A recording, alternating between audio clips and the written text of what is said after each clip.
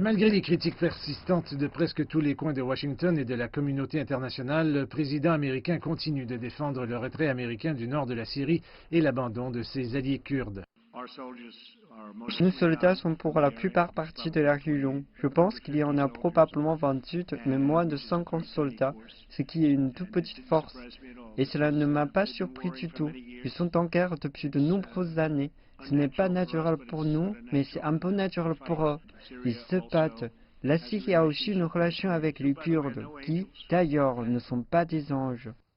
Sur le plan diplomatique, le président italien Sergio Mattarella a mis l'accent sur l'inquiétude principale de l'Europe, l'instabilité qui a provoqué un flot de réfugiés et qu'Erdogan a menacé de déclencher.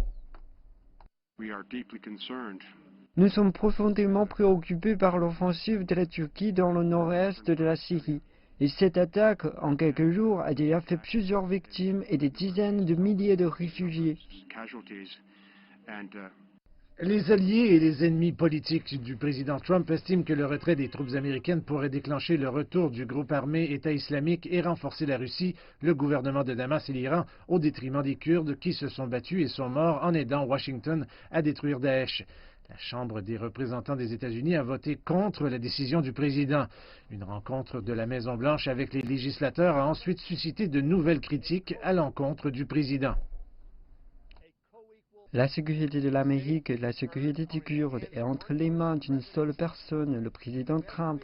Et le meilleur moyen de faire pression sur lui est une forte résolution bipartite telle que l'adoption par la Chambre de réparer les dommages qu'il a causés. Soumis à une enquête dans le cadre d'un processus de destitution centré sur la conduite douteuse de la politique étrangère de Donald Trump, le président américain continue toutefois d'affirmer qu'il mettra fin aux guerres au Moyen-Orient. La Syrie peut avoir de l'aide avec la Russie et c'est très bien, c'est beaucoup de sable, ils ont beaucoup de sable là-bas, donc ils peuvent jouer dans le sable. Mercredi, à la Maison-Blanche, le président américain a également envoyé une lettre au président Erdogan de Turquie il y a à peine une semaine, dans laquelle il demandait au président de ne pas faire l'imbécile. Les mots utilisés n'étaient pas très diplomatiques.